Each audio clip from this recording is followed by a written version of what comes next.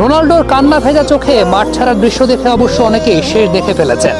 তবে ইতিহাসের পর ইতিহাস থরে থরে সাজানো যার স্বভাব, 41 বছর বয়সে বিশ্বকাপ খেলা তার জন্য কেন কঠিন হবে, কিংবা বারবার আশা জাগিয়ে স্বপ্ন ভঙ্গ হওয়া পর্তুগাল এবার নকআউট পর্বে যখন হারে হারে টের পেল রোনাল্ডোর মর্ম, তখন কেনই বা তাকে পরের বিশ্বকাপের দলে রাখতে চাইবে না দল?